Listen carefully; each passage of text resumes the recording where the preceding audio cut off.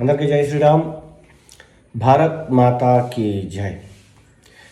79వ స్వాతంత్ర దినోత్సవ శుభాకాంక్షలు ప్రతి ఒక్కరికి తెలియజేసుకుంటూ, ఈ స్వాతంత్ర దినోత్సవం ఎందుకు జరుపుకుంటాం అనే విషయం ప్రతి ఒక్కరికి తెలిసిన విషయమే.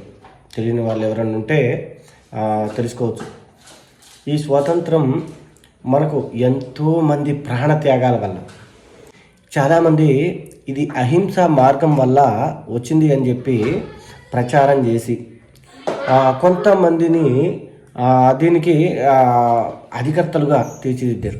దయచేసి ఇప్పటికైనా మార్పు తెచ్చుకొని ఎవరైతే ప్రాణ త్యాగాలు చేశారో వాళ్ళ ఫోటోలను పెట్టి ఈ స్వాతంత్ర దినోత్సవ వేడుకలను జరుపుకోండి. రాబోయే భావి తరాలకు కూడా స్వాతంత్రం సమర యోధులు ఎవరైతే ఉన్నారో వాళ్ళ పేర్లను చెప్పి దయచేసి ఈ స్వాతంత్రం వచ్చినందుకైనా వాళ్ళని స్మరించుకుంటూ మనం ఈ స్వాతంత్ర దినోత్సవం జరుపుకోవాల్సిన అవసరం ఎంతైనా ఉంది. గతంలో మనకు స్వాతంత్రం వచ్చిన తర్వాత ఎవరు ప్రధానమంత్రి అవ్వాలి అని చెప్పి ఓటింగ్ జరిగింది.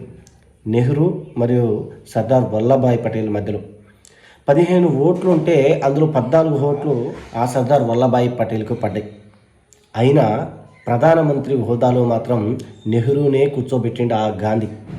ఎందుకో తెలియని వాళ్ళు తెలుసుకోండి, అర్థమైందా?